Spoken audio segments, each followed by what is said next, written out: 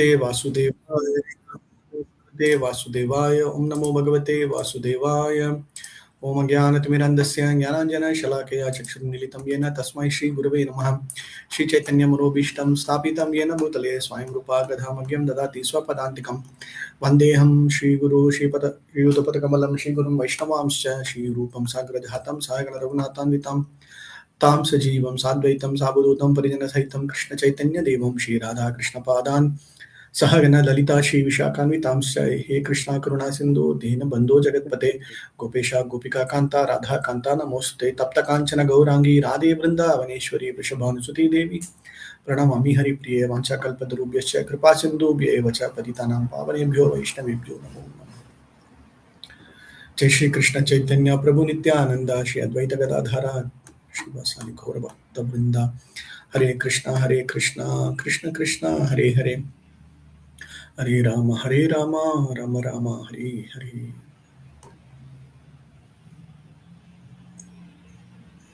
Okay, so I think we finished till 7th sloka, and then 8th sloka I think we can skip it out. It's not a important point, but all that we have to understand is Arjuna finally he says, I can find no means to drive away this grief. Okay, nahi prapashyami mama anuptyat. Okay, yet shokam uchoshanam indriyanam. So which is drying up his senses. So his uchoshanam, his shokam is so high that I'm not able to do anything. Whatever be it, even I win, whatever be it, I will not be able to get anything. So please guide me. Okay, that is where he just stops. Okay, then we saw this. Help can be provided only by a spiritual master like Krishna. So many of them will say, okay, let me do it. I can understand. I will do it myself. No. Okay. So conclusion is everybody should have a master. Everybody should have for us to get into bhakti, or for us to get into knowledge, we need a spiritual master. Okay. Therefore, the conclusion is that a spiritual master is 100% Krishna conscious is the bona fide spiritual master, for he can solve the problems of life. Okay. That is the main important point that Prabhupada is also wants to get. Okay. This point is very important. The problems of material existence, birth, urge, janma mrityu, jara, vyadi, okay, cannot be counteracted by accumulation of wealth and knowledge. So by dharma, artha, moksha, kama. So dharma, artha, kama, moksha, we can see. Dharma, artha, kama, moksha, they say. So that will never get into removing all the material existence. So it is very important that somebody who wants to really get into the bhakti, they have to surrender to a spiritual master through a bona fide parampara system and then get into performance of devotion service. Okay, so Prabhupada brings out all those specific points. Therefore, if we want to curb lamentation for good, we have to take shelter of Krishna.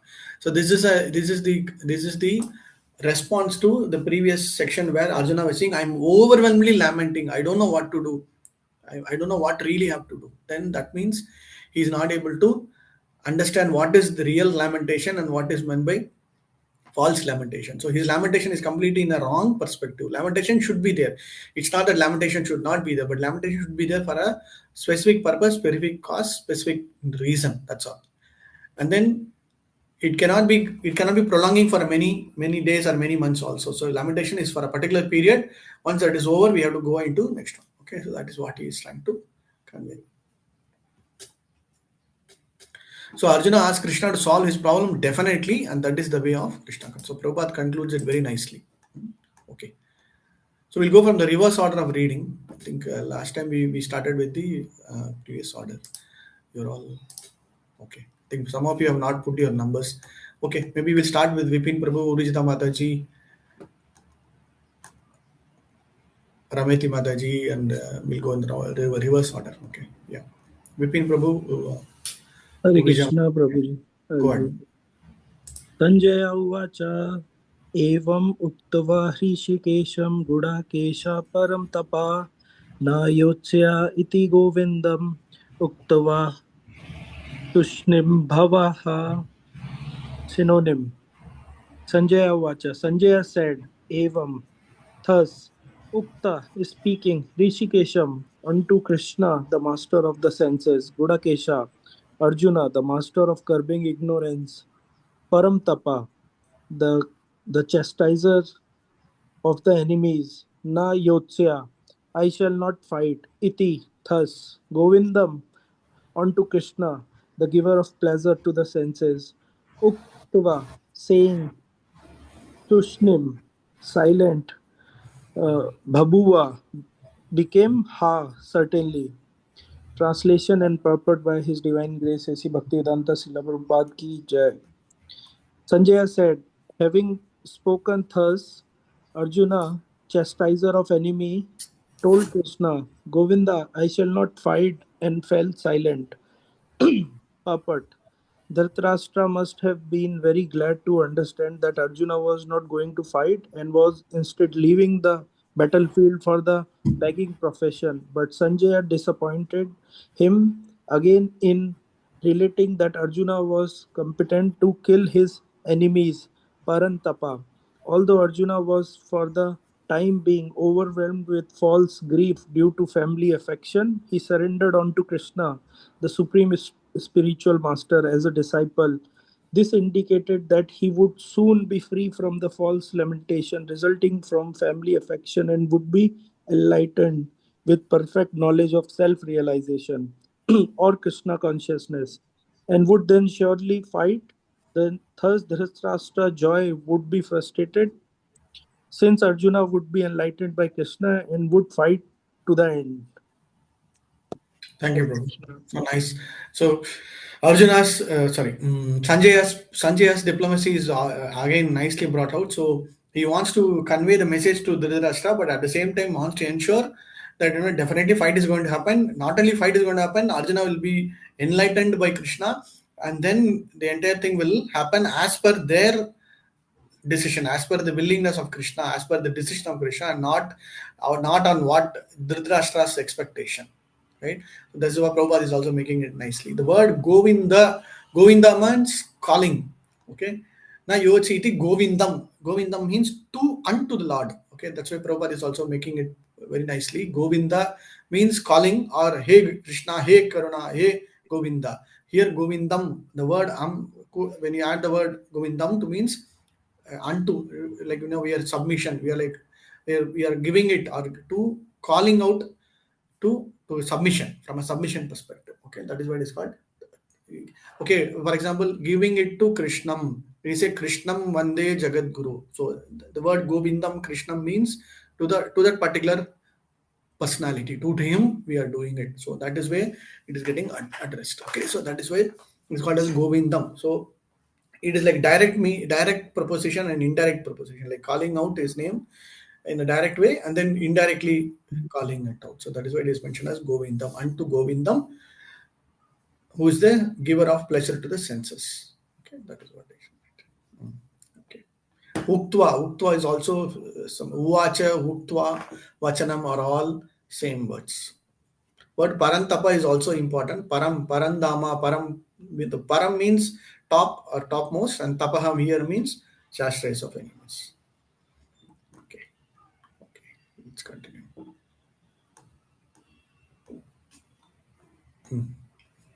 Oh, Hare Krishna. 2.10 तमुवाच ऋषिकेश प्रहसन्न इव Bharat सेनयोरुभयोर्मध्ये विषीदन्तम् idam vachah. Tam, unto him, Uvacha said, Rishikesha, the master of the senses, Krishna, master of the senses, Krishna, Prahasan, smiling, Eva like that, Bharata, O Dhritarashtra's descendant of Bharata, Senayo of the armies, Ubhayo of both parties, Madhye between, Vishidantam unto the lamenting one, Idam the following, Vachaha words. O descendant of Bharata, at that time Krishna, smiling in the midst of both armies, spoke the following words to the grief-stricken Arjuna. Purport. The talk was going on between intimate friends, namely the Rishikesha and the Gudakesha. As friends, both of them were on the same level, but one of them voluntarily became a student of the other. Krishna was smiling because A friend had chosen to become a disciple. As Lord of all, he is always in the superior position as the master of everyone, and yet the Lord agrees to be a friend, a son, or a lover for a devotee who wants him in such a role. But when he was accepted as the master, he at once assumed the role and talked with the disciple like the master, with gravity as it is required. It appears that the talk between the master and the disciple was openly exchanged in the presence of both armies so that all were benefited. So the talks of Bhagavad Gita are not for any particular person, society, or community, but they are for all, and friends or enemies are equally entitled to hear them. Hare Krishna. Thank you, Mataji. So there was a lot of questions whether everybody saw Vishwarupam, everybody listened to Bhagavad Gita, everybody listened to Bhagavad Gita. Some of them, whomsoever Krishna qualified, make them qualify, they were able to see the Vishwarupam, but nobody else could see the Vishwarupam. And whomsoever listened also, they were all listening to the same conversation, but still they were not able to get the real essence of it, and then they were edified. So that is where the point is. So here also the same point Prabhupada is also mentioning. They were right in the middle of the battlefield, and then the discussion was going on, and some of them were able to hear, some of them were not able to hear, some of them were able to hear but not able to understand. But all the main essence is this conversation is for everybody to understand. Okay. Okay. Thank you.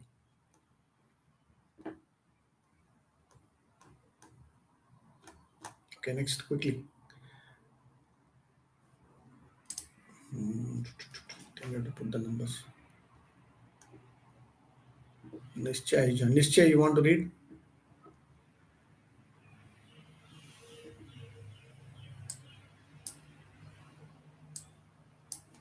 No? Okay. No problem. Pandabandhu Prabhu, I think he's also trying. Fine, no problem. Anybody else? Quickly. Rashi Mataji. Hare Krishna Prabhuji, thank you.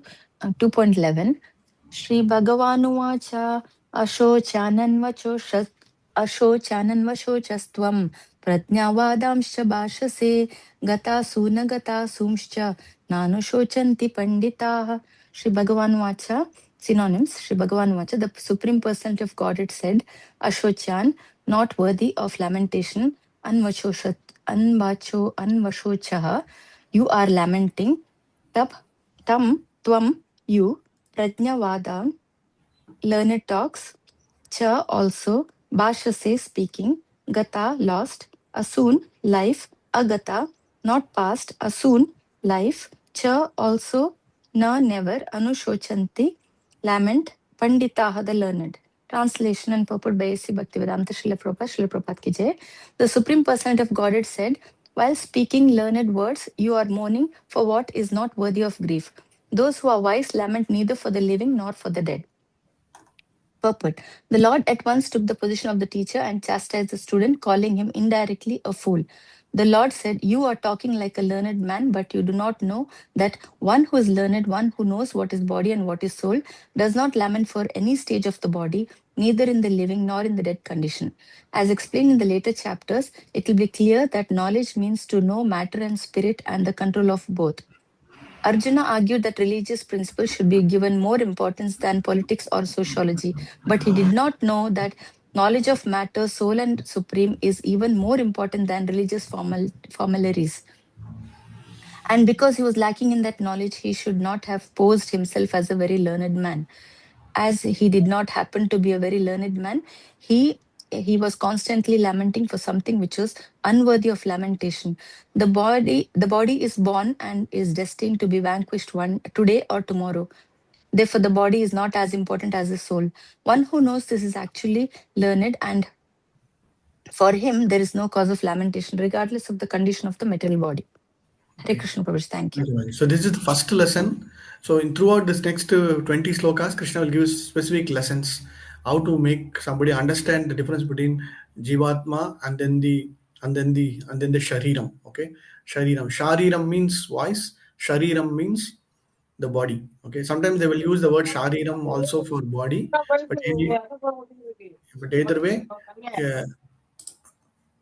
Okay, thank you.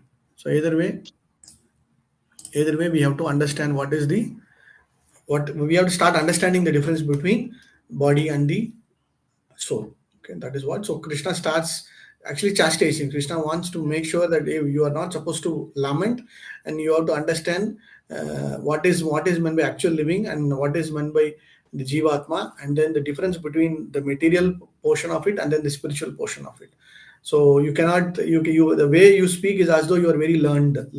Okay, the next slokas, the next few slokas afterwards, Arjuna will ask, "How do I understand a person who is very good, who's a sthita prajna, who's a learned person?" Then Krishna will say, "When somebody starts talking, you will know about that person. Until when somebody was not talking, you will know about no, you will not know about them. Moment they open their mouth, then you will know whether they are really knowledgeable, are they talking good, or they're taking some blabbering thing, or they are just listening." So very importantly, for us to understand a particular person who's good in a way, he is able to bring out the shastric reference and point, then he is in the correct order. Okay, same way Krishna is making a kind of a scolding, initial scolding. You speak as though very learned, but you're actually not learned.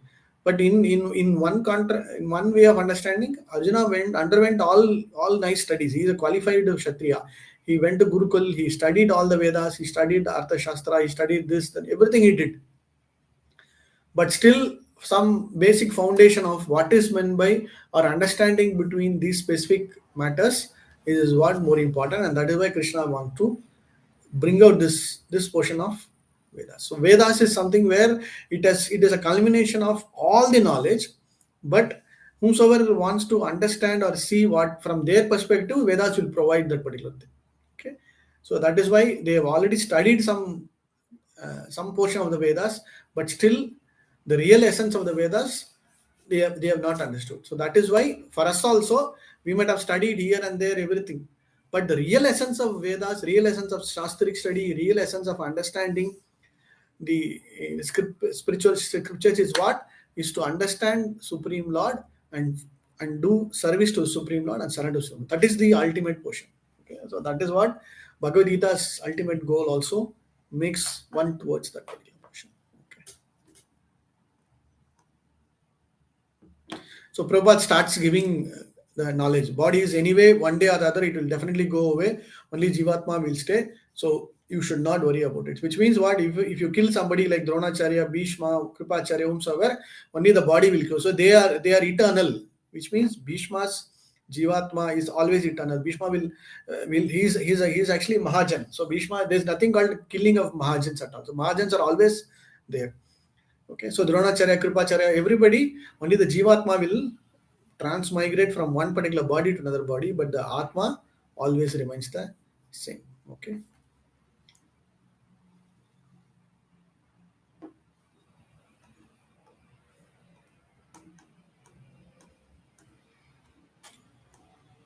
This portion is very important. The Mayavadi theory that after liberation on the individual soul separated by covering of Maya illusion will merge the impersonal Brahman and lose his individual existence is not supported by Krishna.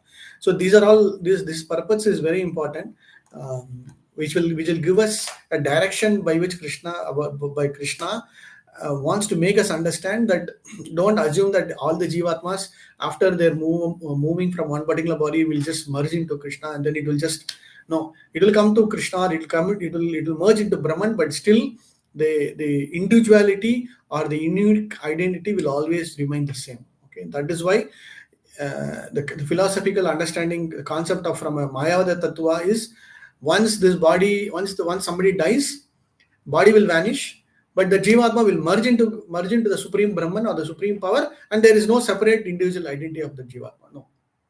That is the philosophy of Mayavada Tattva. But our tattva is, yes, it will merge, but it still have maintained that unique identity or unique tattva from a normal Brahman realization perspective. But if you go a little above, that same Jivatma can take up any other seva, any other work, or any other body to perform complete devotion service. So always Jivatmas are eternal and they have unique identity. They will be uniquely positioned also. Okay. Yeah. Any Prabhujis want to just read the purport quickly? This 12th sloka.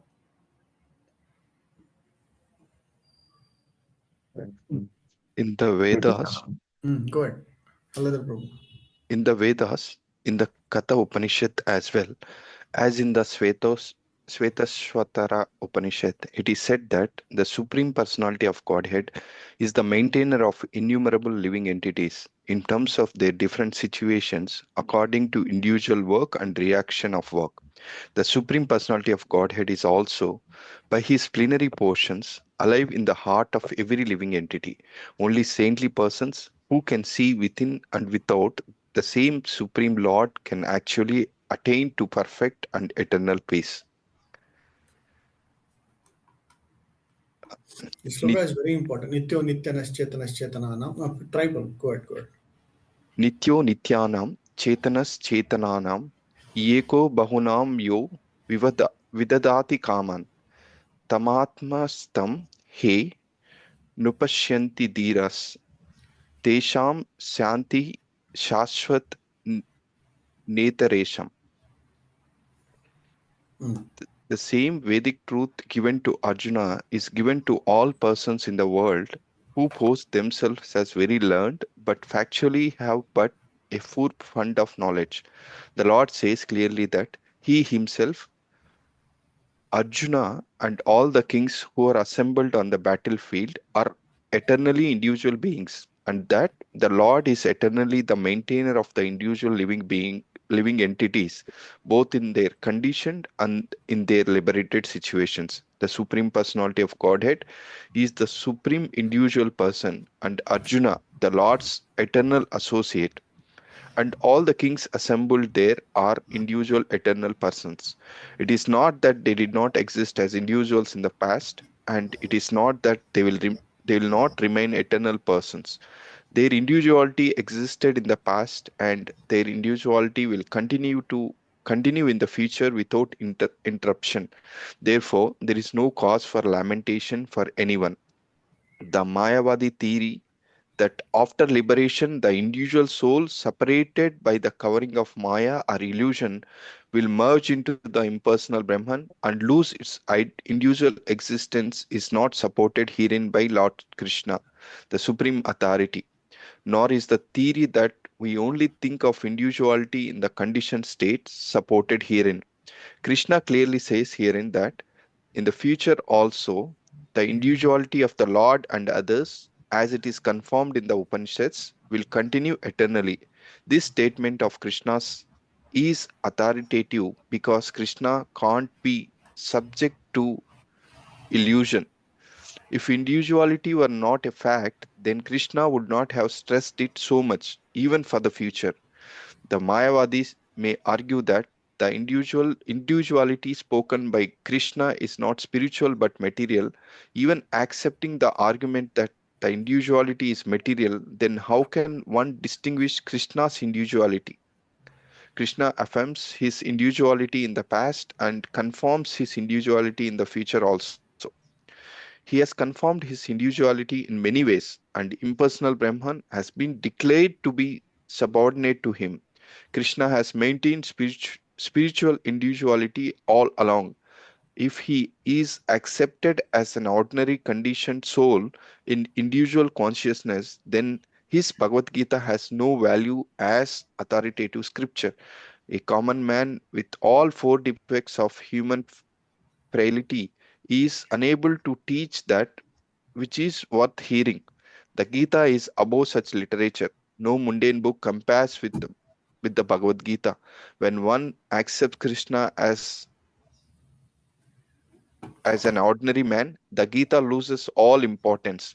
The Mayavadi argues that the plurality mentioned in this verse is conventional and that is refers to the body. But previous to this verse, such a bodily conception is already condemned. After condemning the bodily conception of the living entities, how was it possible for Krishna to place a conventional proposition on the body again? Therefore, the individuality is maintained on spiritual grounds and is thus confirmed by great acharyas like Sri Ramanuja and others. It is clearly mentioned in many places in the Gita that this spiritual individuality is understood by those who are devotees of the Lord. Those who are envious of Krishna as the Supreme Personality of Godhead have no bona fide access to the great literature. The non-devotee's approach to the teachings of Gita is something like that of a bee licking on a bottle of honey. One cannot have a taste of honey unless one opens the bottle. Similarly, mysticism of the Bhagavad Gita can be understood only by devotees, and no one else can taste it, as it is stated in the fourth chapter of the book. Nor can Gita be touched by persons who envy the very existence of the Lord. Therefore, the Mayavadi explanation of the Gita is a most misleading presentation of the whole truth. Lord Chaitanya has forbidden us to read commentations made by the Mayavadis and warns that one who takes to such an understanding of Mayavadi philosophy loses all power to understand the real mystery of the Gita.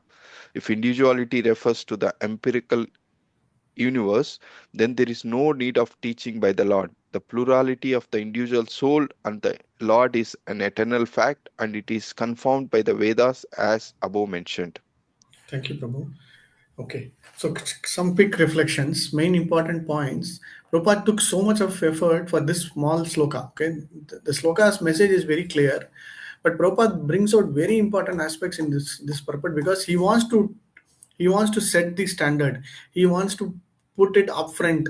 Going forward, whatever that you're going to get, whatever you're going to read about Jivatma, whatever your knowledge about Atma Sakshakaram, whatever information that you're going to go all is all based upon this important pranama.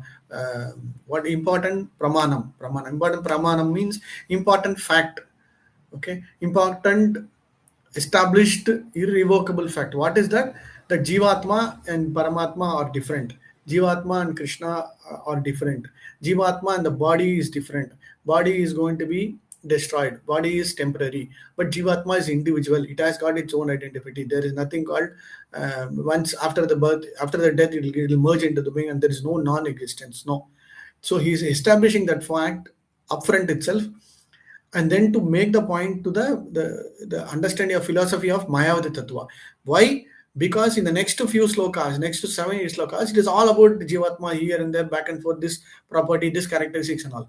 But from a Mayavadi Tattva philosophy, Jivatma is something, there are so many different varieties. Jivatma, after this birth, after the death, it will merge into Supreme, and there is no individual identity. It will be coming out of that Vishnu, it will have some activities or it will get into this one and then it will merge back.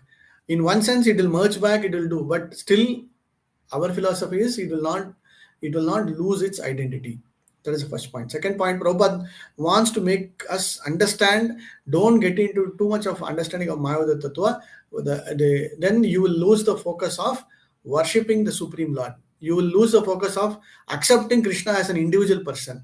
You will lose the focus of making that relationship between Jivatma and the Parampurusha Bhagavan as separate entities. Then it will be like Aham Brahmasmi. I am also God, you are also God. I also have godly features, you also have godly features. I am also having little much power, he is also little. So after some time I will just merge with that person. That's all. So that is where the Mayavada philosophy fails to understand the individual identity. Some of the aspects of Mayavada is correct on certain context, but not in totality. Okay, so that is why it is not that everything is wrong. Some of the understanding is wrong, but not in totality we can accept the point.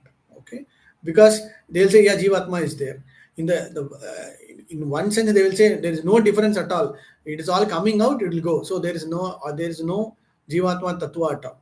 Okay, then to contradict that only Madhvacharya came and say no, he will always show this two fingers, right? No, it's definitely two is different. Paramatma is different, Jivatma is different. Advaita philosophy, Dvaitam, Advaitam. Advaitam means everything oneness, but ours is Dvaitam. Okay, in the next few sections, we will see within that Dvaitam itself, Vishishta Dvaitam, and then Achintya Bheda Bheda Tattvam. So, Vishishta Dvaitam is what Ramayacharya established, and then Chaitanya Mahaprabhu established. Okay, so in the next few chapters, we'll go detailed about that philosophical understanding as Advaitam, Dvaitam, Vishishta Dvaitam, and Achintya Bheda Bheda Tattvam. That is the different levels of understanding. But for now, why this particular section portion is put forward is from here onwards, it is very clearly understood in that way. Okay, so that is why Krishna makes it. If you see the translation in Purport, it will be totally different way. What Krishna is saying, oh, I was there before, and before you, and before that, neither these kings or not all these warriors were existing, and even later also they will not be existing. So that is the very first fundamental fact. So which means what? Hey, you are seeing this person as this king, this Raja, this person. Hey, he was not a Raja before, and he may not be a Raja later. This person is your Matulan, this person is your Pitran, this person is your Pautran. You are seeing that person as your Pautran, but actually that Pautran or is not your own grandson or not your own son-in-law. They are just taking that body and having that relationship, that's all, but they are actually somebody else. That is the main point that he's trying to exist. Okay, so from here onwards we'll go into the all the important points. Okay, what we will do is we will just divide the group into again 4 groups from 13th sloka. I think 13th and 14th are very nice slokas. Maybe 13 14 we'll finish, and then we will get into 13 14 15 we can finish, and then get into the what do you say, the understanding of the Jivatma portion. Okay, maybe these slokas are very important. Let us quickly run through. Everybody should have 13 14 slokas by heart. Okay, yeah. Who can read the sloka? Dehi nosmin yata dehe kaumaram yugvanam jara tata dehantara praptir dhiras tatra namuyati. Yes, Yeah, anybody? Prabhu. Hmm. Yeah, Go ahead.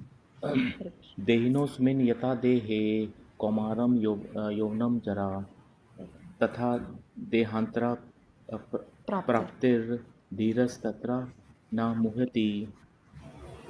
Synonyms: Dina, of the embodied; Asim, in the yield; Yatha, as; Dehe, body, in the body; Kaumaram, the boyhood; Yovnam, the youth; Tara, old age; Tatha, similarly; Antara, Deha Antara, of transference of the body; pra, Praptita, achievement; Diha, of sober; Tatra, the reupon; Na, never; Muyati, the deluded.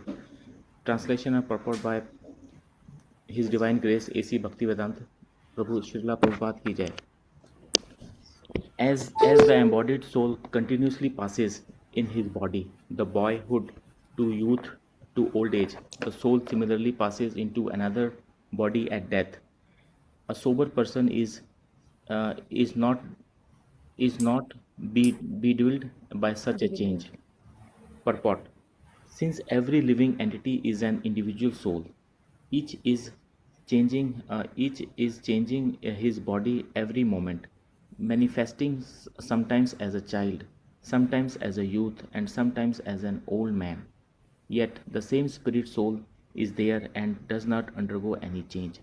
This individual soul finally changes the body at the death and trans transmigrates into another body. And since it is sure to have another body in the next birth, either material or spiritual, there was no cause of lamentation by Arjuna on account of death, neither for Bhishma nor for Drona, for whom he was so much concerned. Rather, he should rejoice for this changing bodies from old to new ones, thereby regenerating their energy. Such changes of body account from varieties of enjoyment or suffering according to one's work in life. So Bhishma and Drona, being noble souls, were surely going to have spiritual bodies in the next life, or at least life in heavenly bodies, for superior enjoyment of material existence. So in this case, there was no cause of lamentation. Any man who has perfect knowledge of the constitution of the individual soul, or the super soul, the nature, the material and spiritual, is called the Dhira. dhira, or a most sober man. Such a man is never deluded by the change of the bodies. The Mayavadi stories of the theory of the once of the spirit soul can't be entertained on the ground that the spirit soul can't be cut into pieces as a fragmental portion. Such cutting into different individual souls would make the supreme clever or changeable against the principle of the supreme souls being unchangeable. As confirmed in the Gita, the fragmental portion of the supreme exists eternally, sanatana, and are called kshara. That is, they have a tendency to fall down into material nature. These fragmental portions are eternally so, and even after liberation, the individual souls remain the same, fragmental. But once liberated, he lives as eternal life in bliss and knowledge of the personality of the Godhead. The theory of reflection can be applied to Supersoul, who is present in each and every individual body, is known as Paramatma. He is different from the individual living entity. When the sky is reflected in water, the reflection represents both the sun and the moon and the stars also. The stars can be compared to the living entities and the sun or the moon to the Supreme Lord. The individual fragmental spirit soul is represented by Arjuna, and the Supreme Soul of is the personality of the Godhead Sri Krishna.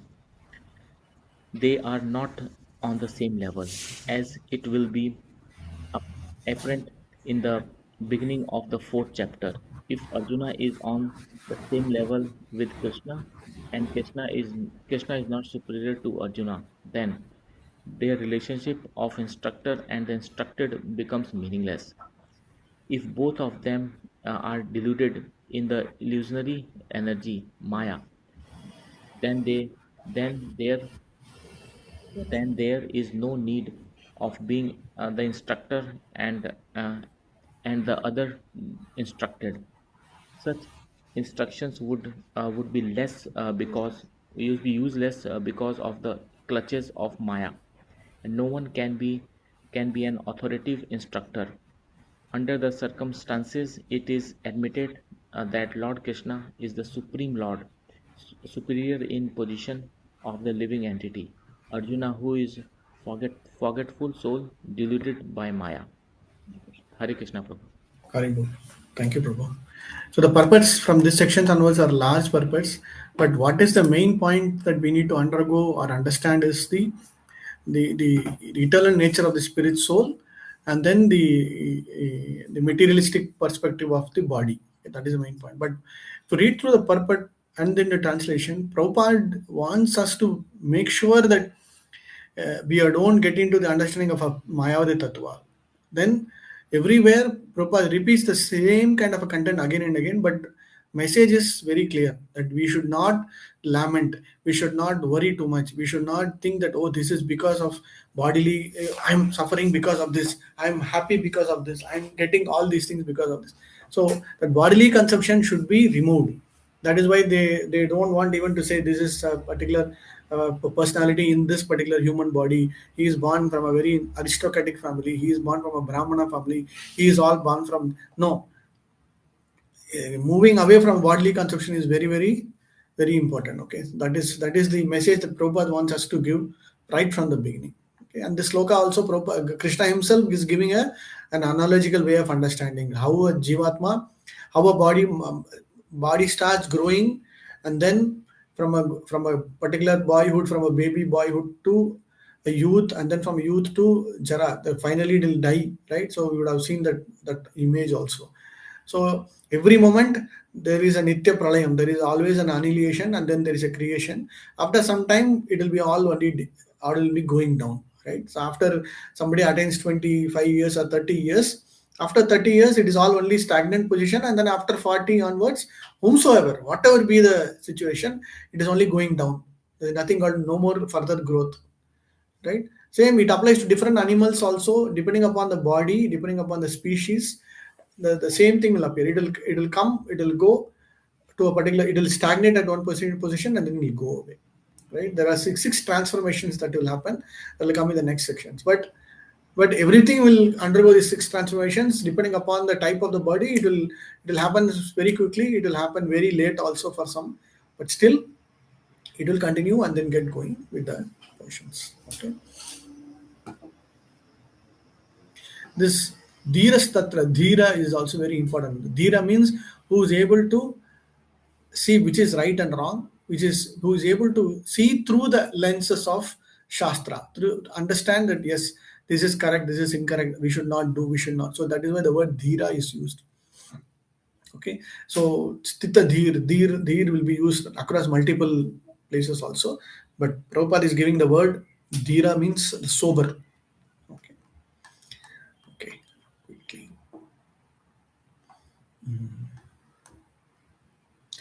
Okay. Let's do one thing. We'll divide this group into some. Prabhu, Haribol. Hmm. Prabhu, if you can just explain once again the point of Shara which is explained in the purport. Shara, Akshara, right? Shara and Akshara Yeah. is also there. Yeah. Akshara means eternal. It will be always there. Shara means it will be there. It will grow and then it will go away. Okay. Akshara means that is always eternal. From a Sanskrit translation or understanding meaning, it is Akshara means Akshara. Akshara means it is always eternal. Shara means it will definitely go away or it will move away after some time.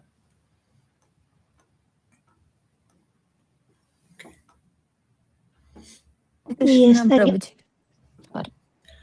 Oh, this one. Okay. There is, sorry. I got into different. Okay, as confirmed in the Gita, the fragmental portions of the Supreme exist eternally. Sanatana are called Kshara. Oh, this is a different meaning. Okay, yes, Mataji, sorry. And they have a tendency to fall down in material nature. These fragmental portions are eternally so, even after liberation, the individual. Okay, so this is the understanding, Mataji. So even in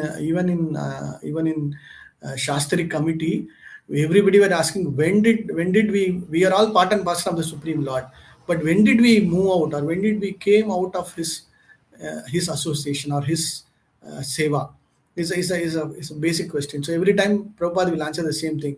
Time immemorial, some time back, which is not possible for us to understand when it happened. We all fell down because we had a slight ego nature that why Krishna alone is the supreme, why can't I also be an enjoyer? So that what happens, we all fell down into this material nature, which means we are always eternal, we are always there with the Supreme Lord's, we all came out of the Supreme Lord's body, from the Mahavishnu's bodily portions. We came out and we were serving him eternally, and we are still serving. But at some point of the time, that particular Jivatma, given that independent nature, started thinking that, oh yes, I am. Why should I alone? Why should I alone be serving him? Why can't I also be the master? So immediately, if you want to become a master, then you have to go and then go down and then take birth in the material world, the material condition, and then get into it. So that is why these jivatmas have come down. Okay, and that is why they have a tendency to fall down into material nature. Why? Because that jivatma is not able to understand that I am the eternal servant of the Supreme Lord. The moment it thinks, then it will go back.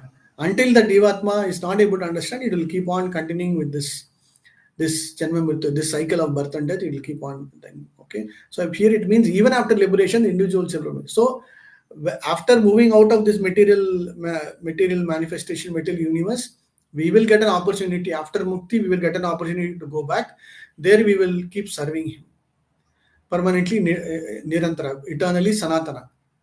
But why are we doing it? What happened now is because at some point of the time, the jivatma had that little bit of ego, and that made him to come down. Okay.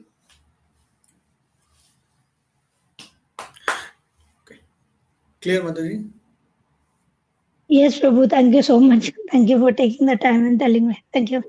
Okay, I didn't read through this. I was thinking Akshara means Akshara Uvacha. There's a different Sanskrit word also, but yeah, good point. Thank you.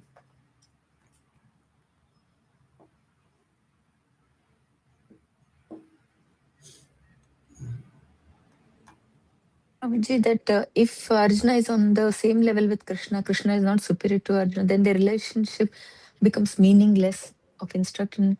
But then can you just elaborate, Prabhuji? Yeah, that is what Prabhupada is making, that, from a Mayavada Tattva perspective, at some point of the time, Paramatma and Jivatma are same. Because we are just the reflection. So what is meant by theory of reflection? This word theory of reflection, yeah. The theory of reflection. Theory of reflection is something is there, it is just a reflection of the same, which means it is the same. After some time, it will go and merge. So there's nothing called Jivatma individually. It will be always only one. It is only Advaitam, only one. There's no separate, there's no second, only one.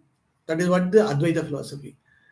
Which means then there is no individual person called as Arjuna. It will be all either Krishna only or Arjuna only. So after some time, both will merge, and there'll be only one person, but which is not the correct understanding. So the individual fragmental spirit soul is separate, which is nothing but it can be Arjuna, it can be anybody, and the Supreme Lord, Supreme Bhagavan is a separate individual. He has got his own characteristics, his own way of performance of activities, his own thinking. He has got his own individuality. And Jivatma also, because it came out from the Supreme Brahman, we also have a little bit of that qualities, that godliness, and it will have its own eternal features. So the Jivatma also will perform certain activities, will be able to think, will have its own ahankar, it will have its own characteristics and everything, but still it cannot be the same. So it is always individual. So Prabhupada wants to make that point to the Mayavada Tattvas, to others, that don't assume that somebody will say, why Prabhupada is making these points, there are so many Bhagavad Gita interpretations that say Krishna is not a personality at all. Krishna is something from an energy perspective. He came, the Lord, the Supreme Power took the form of Krishna. And then Arjuna is also so they all came, two entities came out. So they spoke for us to make an understanding. So these are all some kind of concocted um, concocted philosophies that exist. So Prabhupada wants to make it very clear that, and then finally in the concocted theories it will say Arjuna and Krishna will merge together. So it is like, the way they put it will be so nicely, like, oh, maybe true. So what the philosophy will say, two entities came, one the superpower and then the normal power. They came, they both spoke, and then afterwards both Arjuna and Krishna merged together, because it is all oneness only. So like that they will say. There are so many interpretations like that. So Prabhupada wants to make sure that point, that the understanding of Krishna and Arjuna has to be made very clear. Understanding of Bhagavad Gita itself has to be made it very clear. That is why he uses the word Bhagavad Gita as it is, right? So many purports, they will say Krishna is not a personality at all. Krishna is not the supreme power. He is one of the 10 avatars who came in the ninth avatar, and then after this avatar is completed, he merged into the Mahavishnu form. So there is nothing called Krishna in this one. It is only one of the avatar. So like that, there are specific interpretations. So Prabhupada wants to put a full stop to these points. So in one sense, as I told you, the translation will convey the message from Krishna's point of view. Prabhupada's point of view, he wanted to bring certain aspects very clearly, that why are we reading Bhagavad Gita and not to read other interpretations, because if somebody reads this and somebody reads the other kind of interpretations, there are a lot of confusions. In fact, in some of the other philosophies, they will not talk about Krishna and Arjuna itself. They'll say this is a samvad of a higher understanding, a super being and a super person and a jivatma. So they will talk in a very abstract way. They will never see that person as that Arjuna as a personality itself and Krishna as a personality itself. So that is why these are all there, Mataji. Okay. Prabhuji. Thank you, Prabhuji. Hare Krishna. Prabhuji, I have a question, and I don't know whether that's a question or some confusion in understanding. So, as we say that, the Mayavad philosophy, that they say that we merge back into a super soul and we don't have our individual identity and all of those things. But in our philosophy, I mean, we also say that, that Brahman is actually a manifestation of one of the energies from Krishna itself. Correct. So how to see that point? Because I mean, what is the purpose of Brahman then? If Brahman is also manifested from Krishna, And how different is it from that Mayavad philosophy? So Brahman Brahman is the energy manifestation of the Supreme Lord, and Mayavadis will accept that Brahman. Yes, Brahman is the energy manifestation, and they say that is the highest power, highest truth, highest energy, highest level of understanding. That's all. So for them, there is no person, or there is nothing beyond that Brahman. So for them, everything just like that manifested when the entire Prabhajam created, the energy manifestation came, and that becomes the Brahman. And then from that Brahman, all these individual Jivatmas all came, and then they are all existing. For example, you have a big sky, and within the sky you will see sun, star, moon. Prabhupada also gives that. So there are so many stars, millions of. Actually speaking, stars are much more bigger than sun and moon. That is what the theory portion. But after some time, what is their main portion is everything will merge to that one particular that sky portion, and then there is no individual existence. So for them, the limit of understanding is only this one. Beyond that, there is no personality. There is nothing called supreme person, supreme Krishna. Nothing.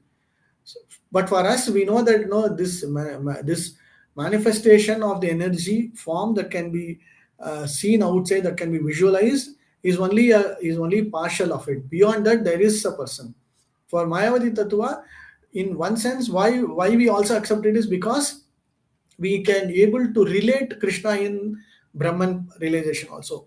Why? Because for somebody who doesn't want to go beyond that particular platform, who are just at the lower level, that okay, I want to have only merge with the Brahman. I am able to see Brahman realization. Symbol is whatever you are able to see through your materialistic views, whatever you are able to see through your Panchabhutas, whatever you're able to realize through whatever visualization, whatever thing that you're able to see through your material perspective is the Brahman realization portion. But beyond that, there is somebody else is not that can be taken up or understood from a Maya Tattva perspective. For them, this is the highest level. Jagat Mityam. Okay, Jagat Mityam means everything is false. This entire material manifestation. We also say yes. We also say this material manifestation is not false. This material manifestation is temporary. But for them, this material manifestation itself is false. Everything is mithya. Everything is false. It is whatever you see is not actually that thing. It will go away. It is not permanent. Yes, it is not permanent, but at the same time, it is there for a particular purpose, for a particular period. And once that particular purpose and period is over, definitely it will go. But we cannot deny the fact that today it is there. It is not there. Right? It is still there. We are able to see. We are able to perceive. That is the difference. Why it is still predominant in when the tattva was established by Shankaracharya is many of them were not even accepting the basic facts. When somebody sees sun, when somebody sees moon, when somebody sees fire, when somebody sees the Brahman from a overall sky perspective, nobody was accepting that, oh, this is a powerful thing, this is a powerful thing. No. So to establish that particular point that yes, there is somebody beyond this, nobody was accepting the power of nature at all. No, no, no. Then Chankracharya's main philosophy that was you have to accept there is a supreme power beyond you. That power, if you are not able to realize, you see through the Panchabhutas, you see through the philosophical understanding of all this, the sun, ether, moon, whatever be it, and make sure that you accept the fact there is somebody beyond that. That is what the purpose was, because they were really, at one point of the time the society was declining so much. They were getting into shunyavadam, they were getting into atheistic philosophy. The purpose to bring Advaita philosophy is to bring them from a normal zero level undergrad and what LKG UKG level to some primary level, from primary to secondary level. That's all. So purpose was very clear, and he established that, and that was required at that particular point of time. But after that, there is something more beyond that. That is what the next generations of Acharya Sampradaya came, and they also wanted to establish that point. Okay.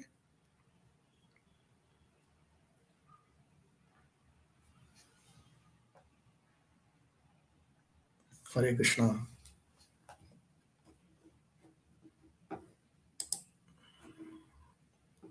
Amit Prabhu, you are getting it?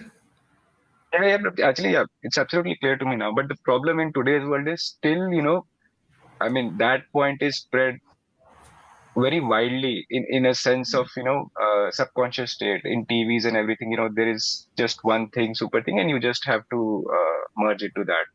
And I would say it is a pity today that, even when we know all of this, our Sampradaya is doing a lot of this effort to explain it to everyone. Still, people are not ready to, kind of listen or uh, think about this. That's not the ultimate thing. So, yeah. Correct. Thank you, Prabhuji, That will for happen. That will happen. That will happen. That will definitely happen, and that is why going forward in Kali Yuga, this accepting these facts itself will be much more tougher, and um, just by listening to the Supreme Lord's name, Supreme Lord's kata, then if somebody is able to understand that itself is more than enough. That's what we will say. Okay. Okay. Let's quickly go. Okay. It's 9:39. We'll take a small break, okay? Just 5 minutes, 2, 3 minutes break. And then we will divide the group for about 15, 20 minutes. Each group will have one sloka.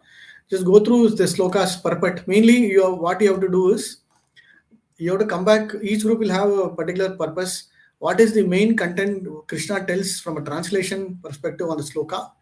And what is Prabhupada wants to say from a purpose, from a purport perspective. Point 1, 2, 3, like that. If you just bring it out, then the class, all of us will get the overall understanding. Okay. Okay. So come back. I will divide the group into some 16, right? 16, three per group. Okay. 5 groups we will divide. Okay. Let's come back by 5 minutes. 5 or yeah, 3, 4 minutes should be okay. Hare Krishna.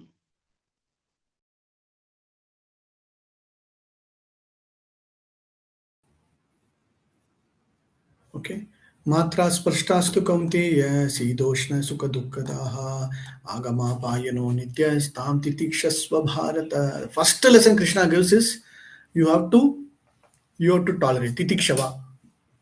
Again, in Sanskrit titikshava, you just remember is tolerate. Okay, like how happiness and how sidoshna sukha. Sidoshna means how the weather changes from winter to summer to whatever be it, matra spashya based upon the sensation. So same way agama painotyo. So definitely dukkha and sukha will definitely come. So today we are sukha means definitely we can expect dukkham also. Same way when the dukkham is there, definitely we can expect that it will be a stoppage for a dukkham at some point of time, and then you will get sukham. Okay, so you are not supposed to worry. The ultimate lesson he is trying to give is do not worry about it. Try to have that tolerance with you. Okay, so let's do one thing from 14, 15, 16, 17, 18, 19. Okay, 20 is the very important sloka. Najayate. So till 19, we will just divide the group. One sloka is very important in between, is the big sloka number this one. Avinashitutat Vidhi, Yena Sarvam Vedam Tatam Vinashanam. So this one alone will have the purport, little bit bigger purport, but all the others, this also is like from a purport perspective, Krishna Prabhupada will try to give what is the philosophical understanding of the Jivatma. Okay, so we'll divide the group. First group will have quickly, they can take up sloka number 14. Second group, room number 2 is sloka number 15. Room number 3 is sloka number 16. Room number 4 is sloka number 18, and then sloka number 19. Okay. I think some of you want to quickly go, but we will just try to finish off as much as possible on this particular section. And then 20th sloka is Najaitim Rideva Gadajin Nayam Bhutva sloka. That we will take it up in the next class. Okay. Is it okay? Clear? See, the main point of this particular group study is you bring out, share your own points, and come back, and then we will discuss. We'll go through again. It's not that we'll not go through. We'll again go through and miss out any missed points. We'll again come back and then revise it. Okay. Prabhuji, 17th shlok, no group is taking, right? 2.17. No, no. 17 also will somebody take. Prabhu. 1, Okay, 2, okay, 3, 4, 5, right? okay, okay, 14, okay. yeah. I said 14, 15, 16, 17, 18. Sorry, 15, 16, 17, 18. 14, it's okay. I think 14 I can skip. So 15 is 1. Yeah, 15 is 1, 16 is 2, 17 is 3, 18 is 4, 19 is 5. Okay, Prabhuji.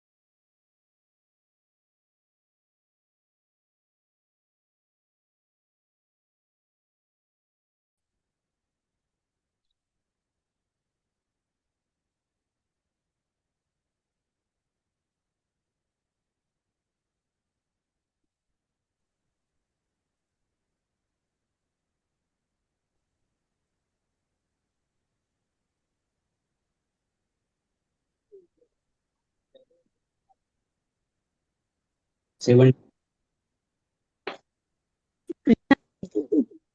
18 ला जावा ताई.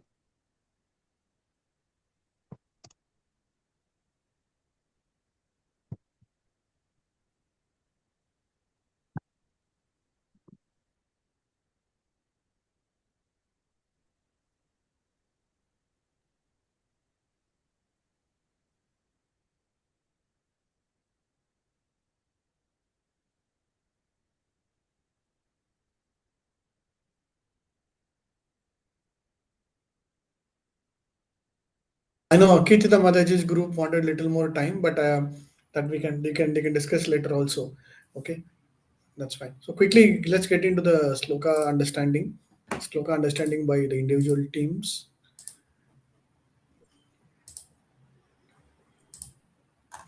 We started with 13th sloka is also done. 14th is also done. 14th is also same. Sidoshna Sukha Dukha Agama Paino Nitya Tam Titikshva Sabha. So Tam Titikshva is the most important aspect of it.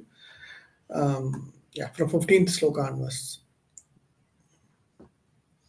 So room 1.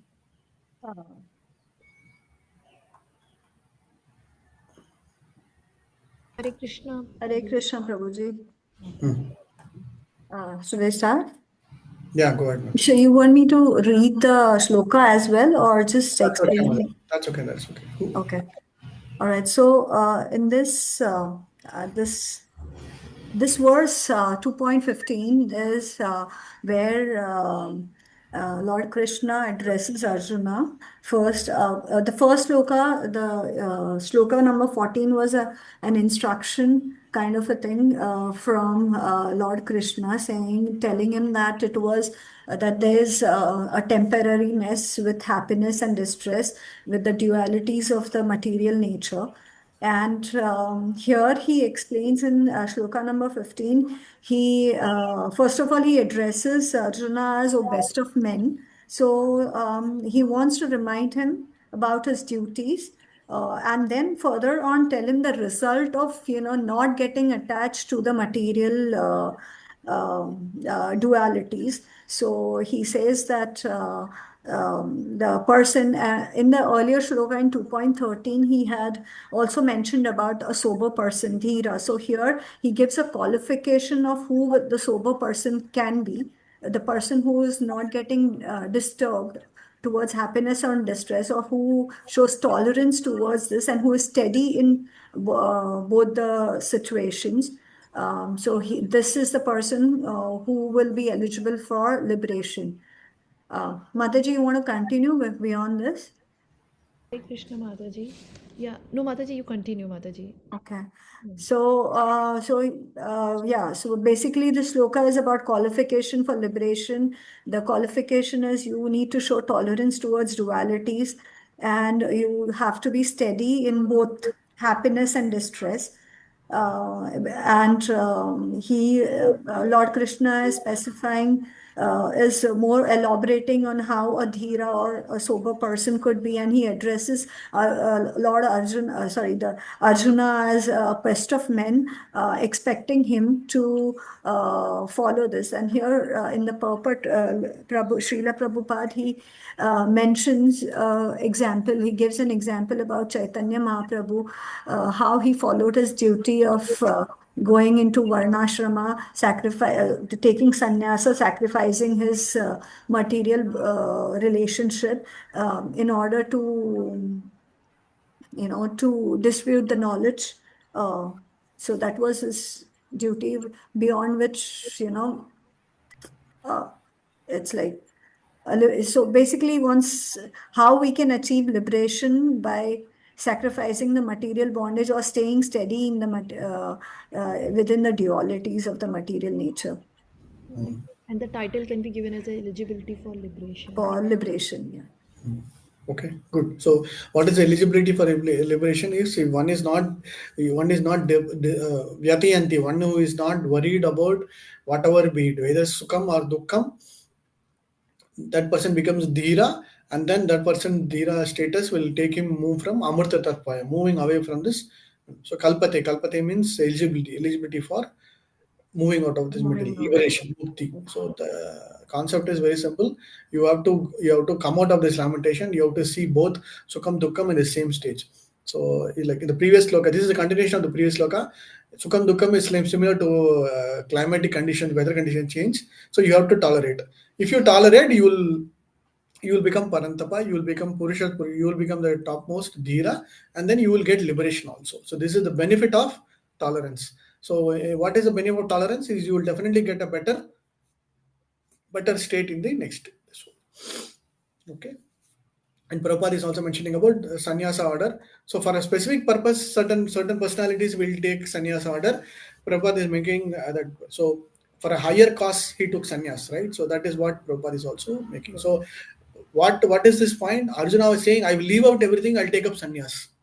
So the reason behind Krishna and Arjuna asking, putting that point, Krishna is answering that, and Prabhupada is also taking that point and say, no, you cannot just let that leave out everything and then say, okay, I'll go to sannyas.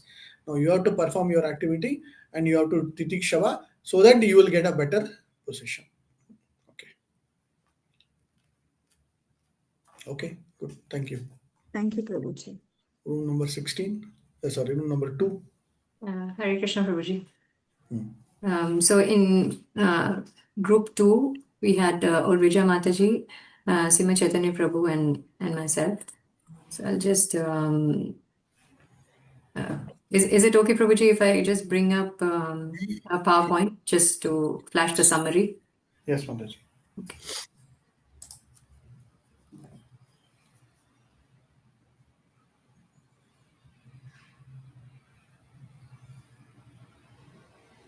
To go to the PowerPoint mode.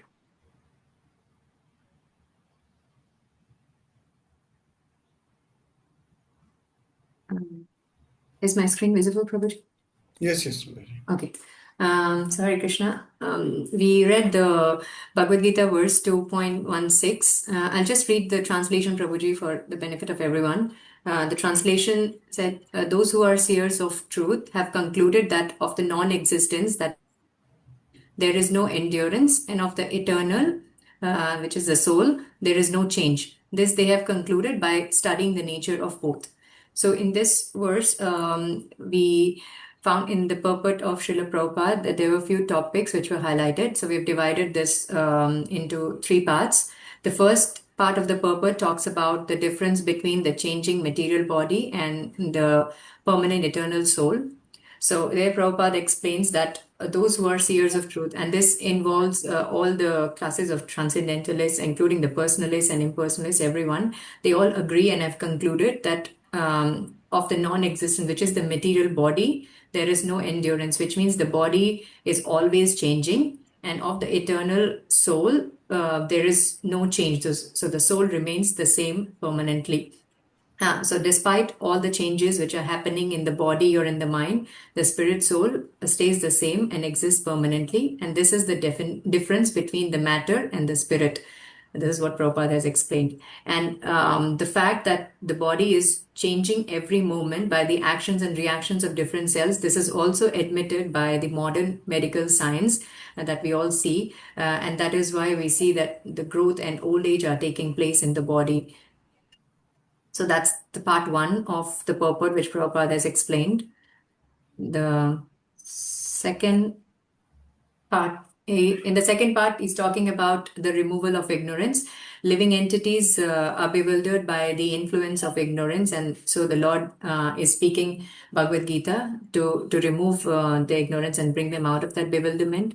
And this removal of ignorance involves re-establishment of the eternal relationship between the worshipper and the worshipable, and the consequent understanding of difference between part and parcel living entities and the Supreme Personality of Godhead. So once we understand the difference between the Supreme Personality of Godhead and the part and parcel living entities and our relationship with Him, that is when this ignorance is removed.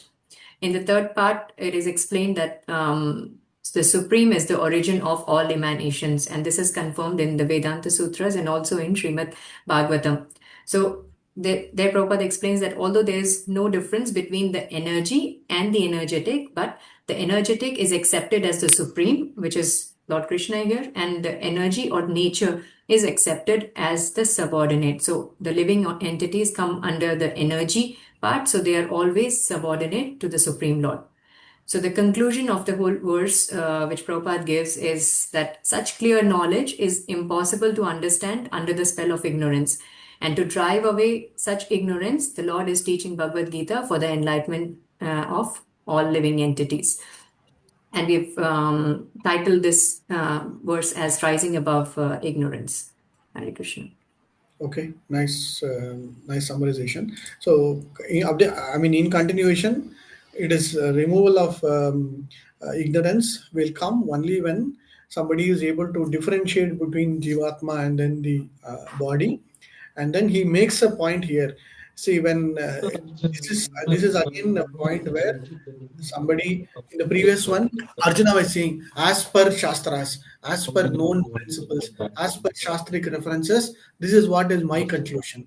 So to counter argue or to put an argument that no, Krishna is also bringing that point to tattva. Tva anyos tattva darshibhi. So he is also making that point that whatever the others have made understood is what I am telling you. Okay, so this is like giving a counterpoint to whatever Arjuna said in the previous slokas. Right now, he said as per understanding, knowledge, shastra, pramanam. This is what pinda pradhan. This will happen, but no. Krishna is saying no. As per tattva darshibhi, they have to nasato vidyate nabhava vidyate satah. So they have to understand there's no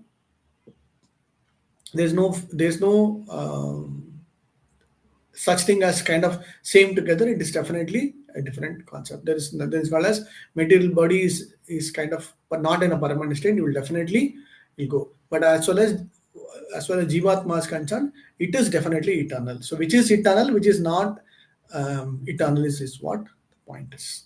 Okay. The Mataji covered the main points: existence and non-existence, and uh, in Sanskrit, the word avyaktam, vyaktam will come. Vyaktam means manifested. Avyaktam means not manifested. Sometimes we will not be able to see it. It doesn't mean that it is not there, right? For example, in 8th chapter, 9th chapter, 7th chapter, and all this word will definitely come. In dry summer period, the land will be barren land, but during winter or during a season time, you'll see grass automatically coming. Does it mean that it is not there earlier? It is there permanently. The seeds are all there. It is already there. But there is a period in which it will manifest and then it will again unmanifest. So manifest, unmanifest. Same way, the Jivatma, the body will just keep going again and then the new body will come. A body will go on. But the Jivatma will remain as it is. But we are not able to understand the presence of Jivatma. That's all. Okay, so then later, after some point on, it will come. Okay, I think Mataji covered the main points in this particular section. Vedanta Sutras, Bhagavatam philosophy, and then the understanding between Jivatma, and then understanding who is the worshipper and worshipable points. I think most of the points I think she covered nicely. So this point is also very important that the living entities are subordinated to the Supreme Lord and as the master and the servant point. Okay. So we'll finish with one more group and then maybe fourth room and fifth room can continue on next class. Okay, maybe one more room, one more group. Are you ready, Prabhu? Matajis? No. Hare Krishna. Yes, Tanavir Prabhu. So my group is Madhavi Mataji and Amit Prabhu and myself. Okay. So the verse talks about that we which the entire body, no one can destroy. So the two main point is the pervasiveness of the soul in the body and indestructibility. So for pervasiveness, the symptom of the soul is consciousness and it pervades the entire body. However, the soul is just 1/10,000 part of the tip of the hair and is situated in the heart. But it's so powerful that its influence pervades the entire body. and it is surrounded by 5 kinds of air. And the main purpose of the Hatha Yoga, Astanga Yoga system is to free the soul from the influence of the 5 kinds of air. And in respect of the indestructibility of the soul, if it leaves the body, no one is able to revive the body, which proves that the soul is spiritual and not material. And the scientists say that there is no soul, but they are not able to prove that what is the source of energy of the body. Although the body may die, the soul does not die, but as explained by previous verses, it changes body. And Prabhupada also talks about not only the pervasiveness of the individual soul. In the last paragraph, he also talks that the Lord pervades the entire universe by his rays, and that the individual souls are atomic sparks of this ray. Madhavi Mataji, do you want to add something? Hare Krishna Prabhu. Then it talks about the how the yoga system, the Hatha Yoga and all. Purpose of Hatha Yoga is just meant to control the life phase, and it's just only for the just to keep the body fit. That's and not for the it is not useful for the soul. That is the thing to add. That's all. Okay. Okay. So this sloka's purpose is purely science, talking about the properties of a living entity. Properties of a living entity. What is the size? How it can be understood? How it can be recognized? How it can be known? All those points are mostly mentioned in this particular 17th sloka. Very nice. And Prabhupada brings references to this Balagra Satavaga, Sata, the Svetesha Upanishad, and then the Keshagra Satavaga. So these are all the references from different Shastra Pramanams to understand what is the size of the Jivatma and how do we know that Jivatma is present within the body. The consciousness is the presence of all pervasive presence of the Jivatma within the body establishes that that Jivatma is there. So the presence of the consciousness across the body, right from the lowest part of our body to the head, the consciousness is there, then the Jivatma is there, right? So the same way we can understand the presence of the Jivatma across multiple different bodies also. So that is the main point. And then other scientifically speaking, from an electron, neutron, whatever be the proton, electron, neutron. If you see an atom, right? Typically in physics, you would have studied. Physics will have your protons and neutrons and electrons keep moving back and forth. So protons and neutrons are combined together. Electrons keep moving back and forth on a particular. So an atom is already defined in three different aspects. Right. Same way, Jivatma is a combination of all these minor particles together to form a particular Jivatma level. Any object that you take is a combination of multiple atoms together, either in a fusion form or in a fission form. It is created. So much of atoms, small, minute particles combined together becomes an object.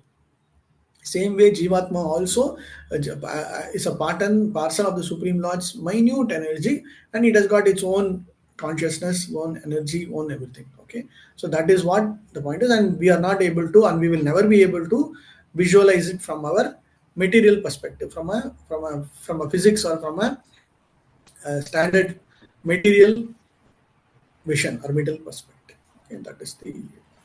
Okay. And Prabhupada is also bringing about the atomic soul is floating in the 5 kinds of prana, 4 kinds of vayu. Okay, prana, apana, vyana, samana, and udana. Okay, that is the. And I think Hatha Yoga point also, I think you mentioned. Okay. Yeah, so this sloka, the 17th sloka, is all about scientific way of understanding the Jivatma. So the body, the blood is also have red blood corpuscles, white blood corpuscles, and then the platelets, right? So these three will be always there, and then combination of these three will alone understand the presence of the blood moving from one particular body part